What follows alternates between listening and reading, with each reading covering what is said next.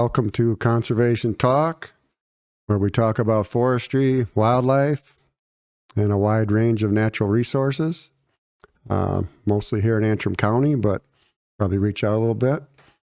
We are sponsored by the Antrim Conservation District, and I am your host, Mike Meriwether. So today we're going to talk about forestry, the forest industry, here in Michigan. So it's a pretty important industry here.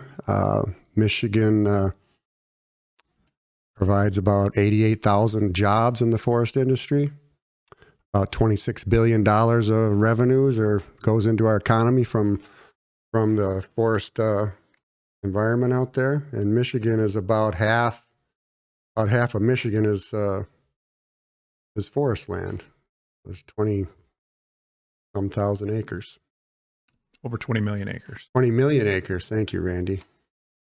So today we have Randy Keene, who is the procurement manager, correct me if I'm wrong, with the Arauco mill out of Grayling, south of Grayling.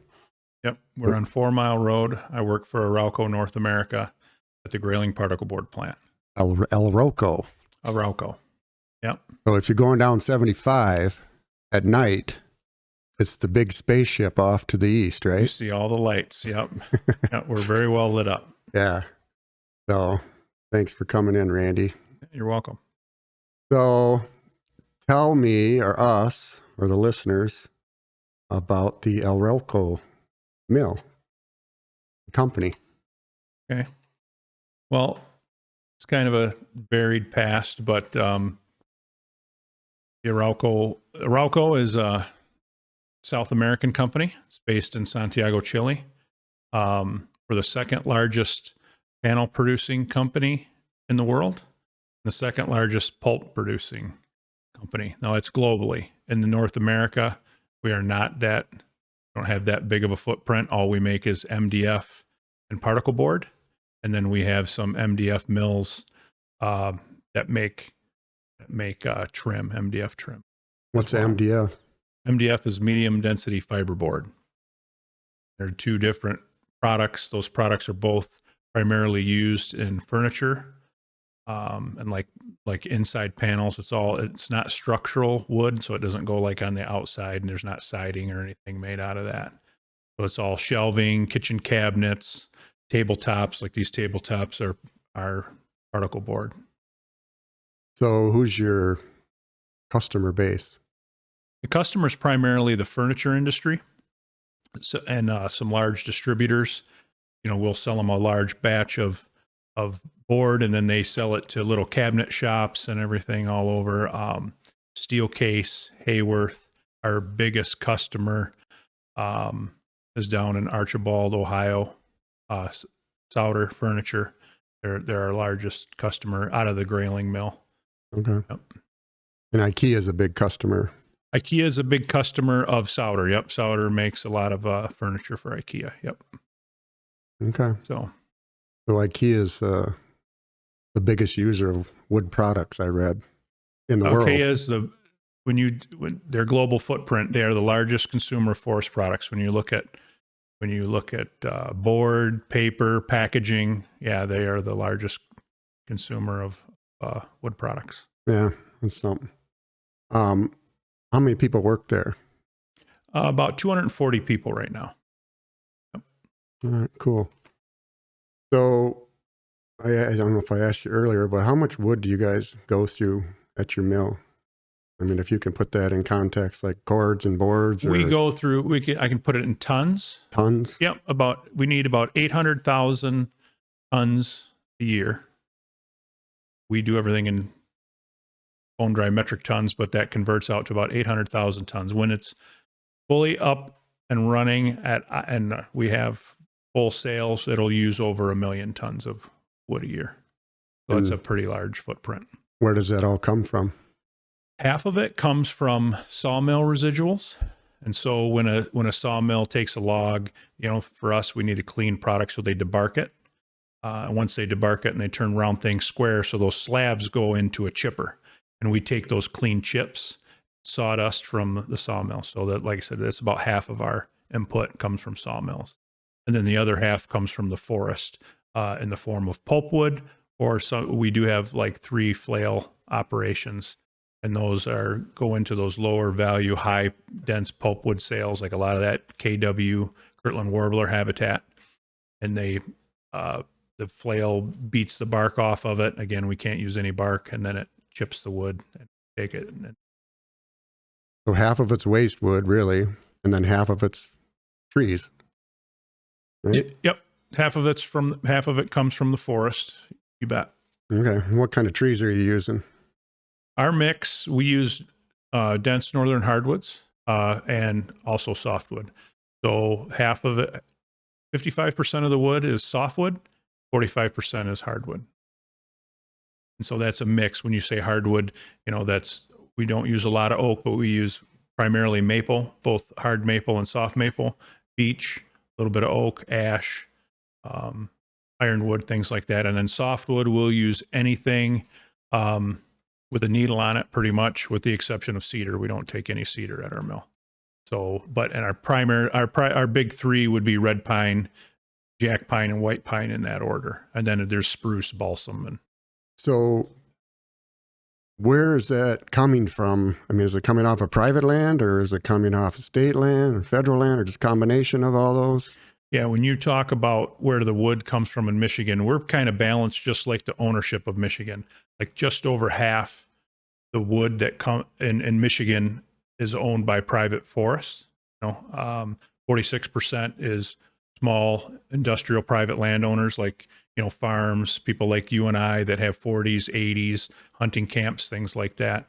And then about 20% of it comes from the state, and that's about what they own. About 15% from feds, and then the balance from private. All right. And that varies seasonally, and depending on the year, what people. But that's generally where all our wood comes from. Yep. Now, you're purchasing wood from the state itself? Or are you bidding on that wood, or you got contractors that bid on all that? We are what's called a gatewood mill. So we just buy from the sawmills and the loggers. We don't buy directly from individual landowners. We can, but that's not our model, because what we're after really is the residual, the waste. Like we want the stuff that we want the best use for that tree. So the highest and best use for it. So if it's logs, we want the logs to go to the sawmill. If it's bolt logs and we want it to go to the bolt mill, they can make pallet logs, railroad ties, industrial lumber, and then we'll take the sawdust and we'll take the residuals off of that and make our particle board with it. Okay. I guess one other question I had was, is there enough wood? You're using waste wood, which is good. Is there enough wood in the area to run that mill for? Absolutely. I've done a couple of studies before Arauco invested. Before you brought money in here? Yeah. Before Arauco spent just under $500 million to build that mill. And the build started in 2017, which is when I started with the company. And then our first board was made in 2019, early 2019. So they didn't just say, hey, let's throw a mill up in northern Michigan. Yeah, they didn't do that. So they had a couple of studies. They were looking at a couple of different places. North Carolina was one, and then Michigan was the other. If you remember, GP was a particle board mill up in Gaylord that had closed. Georgia Pacific, yep. In 2008, 2009, somewhere in there. 2010 maybe, I can't remember exactly. But so they left a hole in this region for particle board, and we knew that through the studies that they commissioned that there is plenty of wood in the state of Michigan. We grow, according to the FIA data, which is the forest inventory analysis that the Forest Service does, that in the state of Michigan, in this area, we grow over 2 times more wood than is harvested every year. Okay. In the state of Michigan. So no one's going to go and it's not a good business model if you're going to run out to put that kind of money in something and then 10 years later run out of trees, right? That's right. But one thing I have noticed is there's a lot of, there's some issues with the industry right now. They're struggling a little bit. There's mills going out of business. There's shortages of loggers. There's some some issues with the industry. Do you agree with that, or why do you suppose that is? The industry is struggling right now for sure, and there's multiple reasons for that. I mean, part of it you can go back to COVID and those COVID era policies. There was a huge boom, there was a huge demand at 2021, 22 were some very good years, and everybody was just booming and couldn't get enough wood.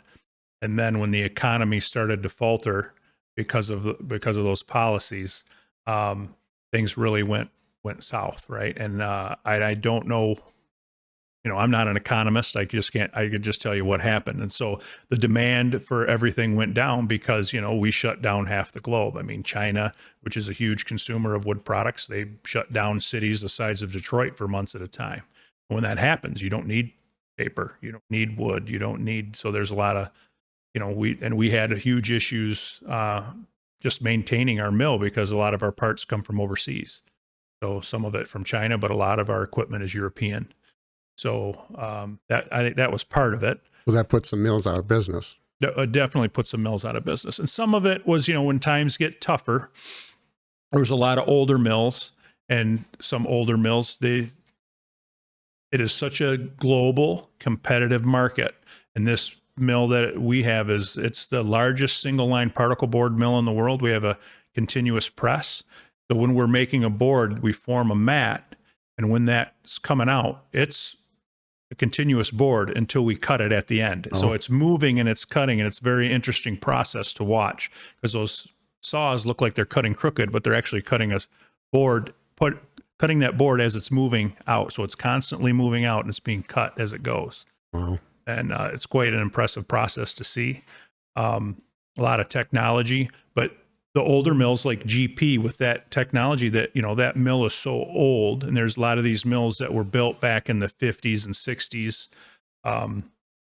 Their technology, they just can't keep up. And you're competing, like I said, globally. So you're competing with a brand new mill in Brazil, South America, even over in Europe, that these mills just can't keep up. It's like you're going to a race and you have a 1979 Ford Pinto trying to race a brand new Lamborghini. You're just not going to win. So unfortunately, some of these mills are just old and outdated, and it costs so much money to update them that sometimes you're just forced to close them and take your business somewhere else. And that's why the reason why our mill is so big is because you have to keep that fixed cost down by spreading it out over a large amount of material. So our president is talking about regulations, reducing regulations. So how much regulations are in the forest industry? Is there a lot, or is there, what kind of regulations are you dealing with? The regulations that I can talk about on my side, which is the wood side, pretty much comes from the state and the federal government. Their laws, some of them are voluntary, like the BMPs. Some of them are strict wetland laws. I don't think that we're over-regulated so much by laws. Now, on the manufacturing side, when you get in the plant, that's a whole different story, and I'm not. That's OSHA stuff. That's right? Well, it's OSHA, HR. When right now in the state of Michigan, they're talking about changing your sick leave and your benefits, which is a cost to the company. And again, when you're competing globally to another country that doesn't have these same laws, it hurts you. And that's why sometimes things are more expensive, if they're made in the U.S. Yeah. Changes things. So I can't really speak to that, those laws and regulations like that. I was thinking more like the consumer-driven stuff, like the, SFA and sustainable forest stuff. And, those are things that... We can talk a little bit about FSC and SFI. SFI is Sustainable Forestry Initiative. That's pretty much a sustainability standard that companies and FSC as well, and that's the Forest Stewardship Council. They're both born out of two different areas. FSC was started in Europe, and then not too long after that, SFI, which is pretty much just recognized in North America, although it is starting to spread more, being used more globally. But because of where each one was started, FSC is more prevalent in Europe, and South America, and we're an FSC certified mill. Domestic companies like Weyerhaeuser and PCA, some of them are dual certified and some of them are just SFI certified. But what those are those are just voluntary standards that are set up by a regulated a body that is made up of member corporations. Of one, we are a member of FSC, and so they come up with regulations that you have to meet for sustainability standards and prove that you are, So it's making the consumer feel better about buying a board that they. Yep. They don't pay any more for it, but they feel better when they have that little check mark or that stamp that they know that it's come from responsible forestry. And there's just, that responsible forestry, and that's not only here in the U.S., but, FSC is global. So, when it comes from Europe and it has that stamp, or if it comes from one of our mills in South America, you can be assured that came, through those same sustainability standards that we meet here. So same regulations, same water quality regulations, same, forest standards, not over harvesting, identifying sensitive areas, endangered species. If those areas are identified, then you have to delineate that and make sure that you're not taking out of any wood out of those wood baskets. Now in Michigan, we have such a good and vibrant wood basket here. We're growing more wood than we cut. There's no special sensitive areas, of overdevelopment or anything like that we have to worry about. But there are certain things that we can't, as an FSC certified mill, we can't take wood that's from, that's being clear cut for a development, or if it's going to a non-sustainable, non-forest use, we don't take wood at our mill from those projects. How would you know that? Our suppliers have to They got to go report to that. Yep. We have a timber sale checklist that they have to tell us where their wood's coming from. Okay. So I'll switch gears a little bit and talk about actual forest management for a few minutes. So I've noticed there's a big shift, and you kind of touched on it a little bit, but there's a big shift to me, the way we're managing our forests, and equipment's getting larger. They need more volume to own that equipment. And I see our forest management moving from longer rotations and saw material, larger trees, to more shorter rotations with more just pulpwood being the end product instead of a larger tree. Do you see that, or are you seeing maybe more, tree oriented, like aspen harvests that are typically clear cut anyway and lots of volume? Well, you see, all those things you say aren't wrong, but I'm not saying they're wrong. I'm just saying I see the trend towards. And the trend, I agree with what you're seeing. The trend is for bigger machines and bigger equipment because, when you and I both started here, I've been practicing forestry in Michigan for 30 years, and I know you've been longer than that. So 30 years ago, when I first came out of forestry school, there was a logger behind every tree. It was a lot of smaller loggers. There was more numerous loggers, and they were everywhere. And now, because of that's something where you talk about regulation that has hurt the logging industry. The insurance costs keep going up because it's a dangerous job. Yeah. If you're logging with a chainsaw, having a man on the ground, your workman's comp rates, your insurance rates are through the roof because it's one of the most dangerous jobs there is. So then that's why they moved into mechanized logging. Mechanized logging makes it safer. But again, you're competing, and what people are getting for the wood isn't much more than what they got 30 years ago. Yeah. And that can be a problem. And how do you solve that? Same way that Arauco has by making a big giant mill. You have to have a bigger equipment, and you have to cut more wood with that same guy or less people to spread those fixed costs out so you can make more money, make the same money you were making 30 years ago. You have to cut twice as much wood. Yeah. I mean, that's innovation, and that's just part of business. I mean, we don't do 30 years things. ago, you couldn't even sell pulpwood. Yep. I mean, there was no market for smaller diameter trees and thinnings. We did a lot of non-commercial thinnings and cut trees to the ground, just left them lay there.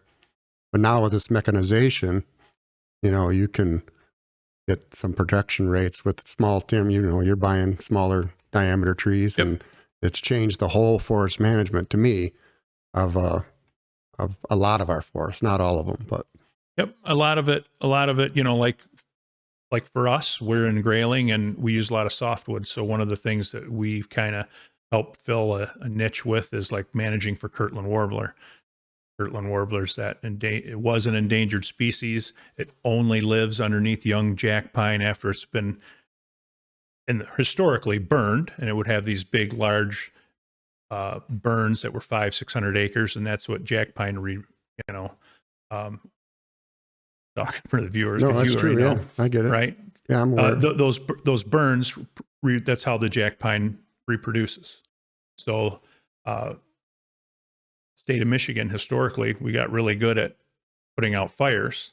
Well, then when we got really good at putting out fires, there was no young jack pine. So there was no young jack pine. That bird's population obviously diminished, right?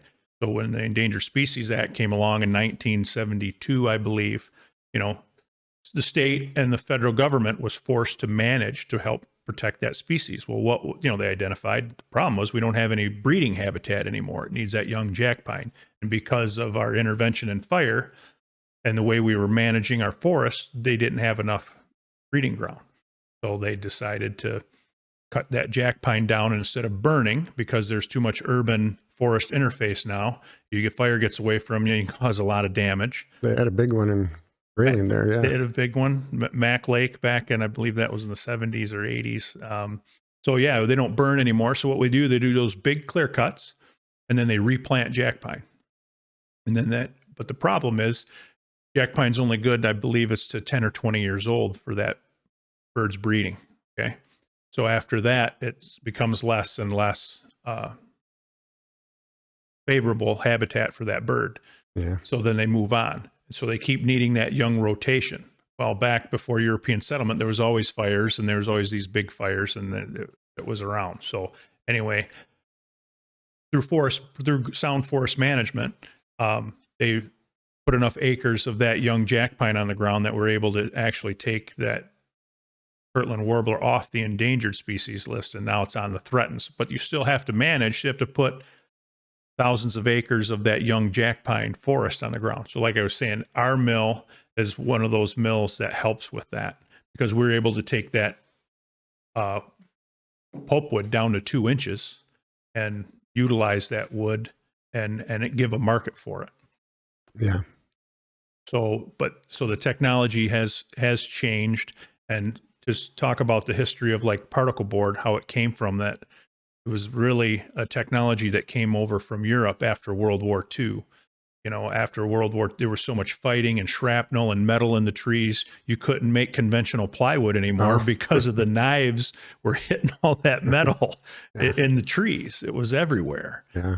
Because you had such small forests, and that's where people were hiding behind trees and bombs. They still got forests over there that can't be cut because there's so much metal in them. Yep. In Germany. So that wood got ground up and then formed. The metal got taken out through magnets and stuff when it was getting processed, and that's how particle board came about. I mean, that technology, and that came over from Europe to North America. Before Arauco bought us, we were flake board, and that was started by the Shotbolt family and another family that came over from Germany over to New Brunswick, Canada.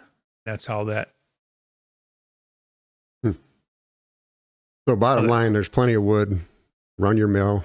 There's plenty of wood to run the in mill. area. It has definitely changed, because there used to be, like, just in Antrim County, how many sawmills were there just in Antrim County, Mike? Right. There was 4 or 5 grade sawmills in this county. Now I believe there's 1. There's some pallet mills, but there's only 1 grade mill left. Yep. And so could you say there's not as much grade logs around as there used to be? That's for sure. But there's still plenty of wood fiber here. We're just managing it different than what we used to. Yeah, that's and one so, of mine. So it has changed, and so has the market changed. So you couldn't sell the hardwood lumber market for a multitude of reasons, and I'm not an economist. Has been the U.S. demand for hardwood lumber right now. Those guys are really taking it in the shorts right now. Right. There's a mills shutting down all over the country right now. Yeah, these smaller mills are Even the big mills down south, there's these big mills that cut, 3 times as much as some of these mills in Michigan. Big oak mills the demand has gone down enough that they're just going out of business. They can't make it. And some of the reason is there's being replaced. Some of that solid wood product is being replaced by composites like what we make. This vinyl flooring, no one's putting, some of it's just commercial, consumer, have changed what they buy. They don't buy, hardwood floors don't go in. You don't take your vinyl out, put hardwood out anymore. You take your old sheet vinyl out, and then you put the new vinyl in that lap together, and they looks like hardwood, right? So that's some of the technology that's replacing wood, unfortunately. Yeah. I think all that has an impact on our forest for sure. And so I guess I can't think of anything else to ask you, but I do have one question that is kind of in the news right now, is that the state is clearing, 400 and some acres for solar panels over there your way? And so would that be a thing where you can't buy that wood? So if the state said, we want to sell you this wood off of this solar panel project, you have to turn that wood down? I have actually checked on that. And because it's going into a green renewable energy, we can utilize that wood.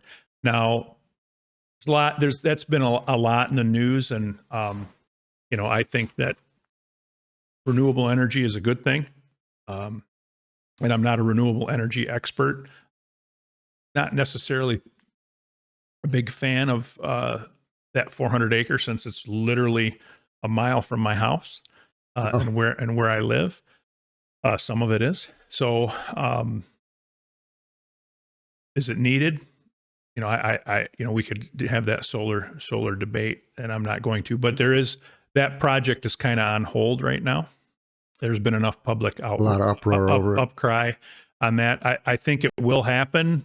Whether it happens exactly there, the renewable energy mandate is still strong here in Michigan, so it's going to happen. Whether it happens on that acreage is leased out and used for solar or not, I'm not sure. But you can see it everywhere, even on the way here on M88 and yeah, I see a lot of it on private land, which is what it is. But when we start putting it on our state lands and start pulling 430 acres out of a forest, I don't know how big of an impact that'll have overall, but to me, it seems kind of like a poor decision by our DNR. But I don't particularly. I can say this personally, I don't agree with it.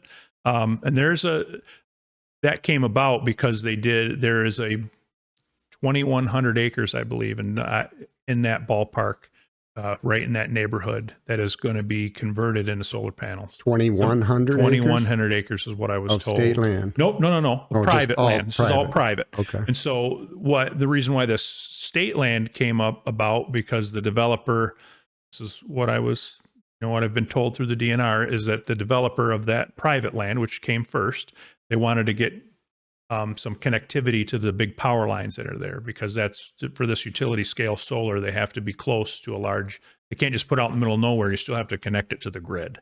And part of that reason is why that 400 acres is close to the grid. So it's easier to connect, and it's more cost effective to do that. You don't have to run multiple miles of high voltage power line. Quite expensive. Yeah, I haven't been tracking that. It just sounded like one of those things that people should be aware of, and they should probably make their voice. Yeah, it's nice to get your opinion. My opinion is, I think we can do better things with land, because when you take that land out of production, it's out. It's not like oil and gas. Oil and gas, they might put a well in and some roads, which provide you better access, but you're not barred from using that public land. When you put up a solar farm, they cut everything, they stump it, they put those solar panels in, then they put an 8-foot fence around it, and there's no more wildlife habitat in there. You're not walking through there, you're not hiking, picking blueberries or whatever, or mushrooms or whatever was there. It's just not going to happen. So it eliminates access. The nice thing about the state, there's a lot of state land, and so I see both sides of it. It's a complicated issue. How do we have a clean environment? And I don't know if there's been enough studies that we should even have. I've read things that I don't even know if solar should be in Michigan because of the cloudy days in that area where they're putting it in. Gaylord's about ready to break a record this year in snowfall. We're like 9 inches away. And so I don't know how much solar you generate when you got 4 feet of snow on your panels. Exactly. So is it the best use? I don't personally think so, but I understand why they're doing it too. I try to look at both sides of that. Yeah. All right. Well, thanks, Randy. I guess that's all, unless you got some other pertinent information for us.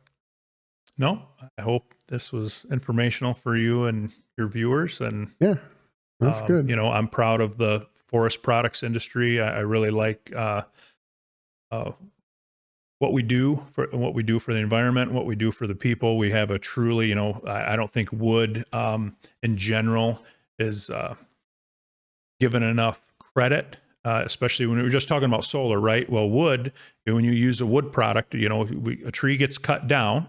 Okay, unless you cut it, burn it, and pave it, turn it into a Walmart. The great thing about Michigan, the trees all come back. It grows back. It grows back. And so what you're doing, you're sequestering. It's a very efficient way to sequester carbon because you take that tree, you put it into a durable wood product like particle board or 2x4 or oak cabinet or kitchen cabinet or something like that. And while that carbon is sequestered in your home or in your shop or whatever, or in that pallet, there's more trees growing out in the forest taking more carbon out of the atmosphere. Clean water, clean air, they all come from the forest. That's some of the, this northern Michigan has been, we've managed it. It was mismanaged at first at the turn of the century. Yeah. For sure. We pretty much clear cut the state. Shows you how resilient the forest is. Yeah, absolutely. And so we need to just manage that resource correctly, and we've gotten better, and we try to learn, as foresters and forest managers, we try to learn from that. And part of the managing is having a place like Arauco that you can take a wood product and utilize it, and we make high quality panels that go all over the country, for people's well, I don't think people realize that mill, like you said earlier, uses half of its wood comes from waste from other mills and places that were, I don't know what they were doing with that product before that, but. Well, and the market has shifted, like, the paper market is down right now. And the mill that I used to work at, I used to work for Bewers down in McBain, and we used to leave pulpwood in the woods. There was no market for it. Trees were getting cut. And so the logs is where all the value is. Everything 5 inches and less was left behind. There was no market for it, right, unfortunately. So it just sat there and rotted in the woods. And now that we're here, we provide an outlet for their chips and their sawdust that sometimes would just get burned for energy, or it would go a heck of a long way. Some of it got railed over to Wisconsin. Some of it got trucked up to the UP, to the paper mill up there. But that paper mill has fallen on hard times, and they're rebounding. But I don't know if Bewers could have stayed open as long as they have if Arauco hasn't moved in and created a good market for them, stable market for them to get rid of their residuals, because it's important for those sawmills. And there's been especially if you're buying it and they're not just you have to do something with that waste, and some of the bark goes for mulch, some of it gets burned in the power plants, and in Michigan we've had a couple of big closures with the Lincoln cogeneration plant that was just recently closed last year, and so was DPI, which is Decorative Panels, which is another mill. I believe it was built in the 50s in Alpena, and that closed last year as well. Now you lost a lot of jobs, and you lost the ability to manage some of that forest up there because there's no market for it. So now some loggers went out of business, and there's some timber up there. We're having consultants and landowners call us all the time. Hey, can you come cut our wood? Hey, before you didn't have any problem finding somebody that wanted to cut your wood. Now, because of the market has shrank a little bit, So it's getting harder sometimes to even manage your woods. And so I'm pretty proud of the fact, of where I work, and Arauco has a huge commitment to safety and sustainability. They really care about, the goal is zero waste at the mill. We're trying to figure out ways to make sure that we have the least impact on the environment. And that comes right from the top down, and it's taken very seriously. Yeah. Well, that's good. Yeah. It's been I think it was controversial when they put that mill in, but one of the good things is your footprint was right on top of the GP mill, wasn't it? I mean, pretty much the same site. So you didn't clear 400 acres of forest land to put a mill in, and it basically used. Well, we are on a different site. The GP mill is up in Gaylord, and we're down in Grayling. Okay. So there was, we did take some land, and our footprint is quite large. I mean, it's a big place. Our area is that we had to clear was 40 acres. It's a 40-acre site that's cleared. Yeah. But we're right next to the railroad. I mean, so, when you talk about solar panels, you got to balance. Okay, well, we took up some state land that we bought from the state that we put. I'm sorry, it's 160 acres, I believe, that we cleared. Yeah, it's 160. So that's a big footprint. Yeah, and that will not be, until we rip the buildings out. It's not going to be forest. Right. So, but those are the things that we have to balance as a society. Okay, you need that for it's bringing jobs, products. It brings helping manage your forest. Absolutely doing some things. Yep.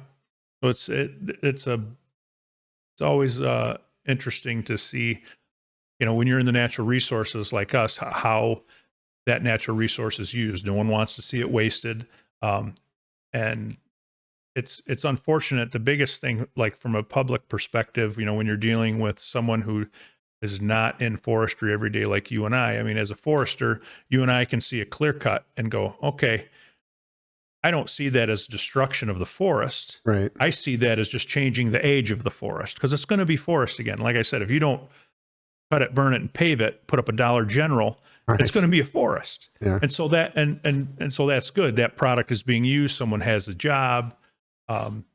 And other people, they just don't understand because they're not looking at it long term, that that's just the normal use of the forest. If you look at forest history in general, if you look at some of the old surveyors' notes when they were surveying the state, when it was just becoming a state, they were going through the state, and they would talk about, they would write in their notes about, it's been 20 days and I smell smoke all the time. They didn't know where the forest fires were, but there was constantly forest fires and changing the forest. Everyone thinks that Michigan was just full of this large old growth, which is a lot more than what we have today. But it wasn't all like that. It was all various ages, even back then, before European settlement. Yep. So the forest is dynamic. It changes, and it's a good renewable resource that is good for the overall. We're all worried about our carbon footprint and our carbon emissions, and it's one of the best. If that's what you're worried about, use a wood product over plastic, or steel, or aluminum. Wood is far better for the environment than any of those things. All right, cool. All right.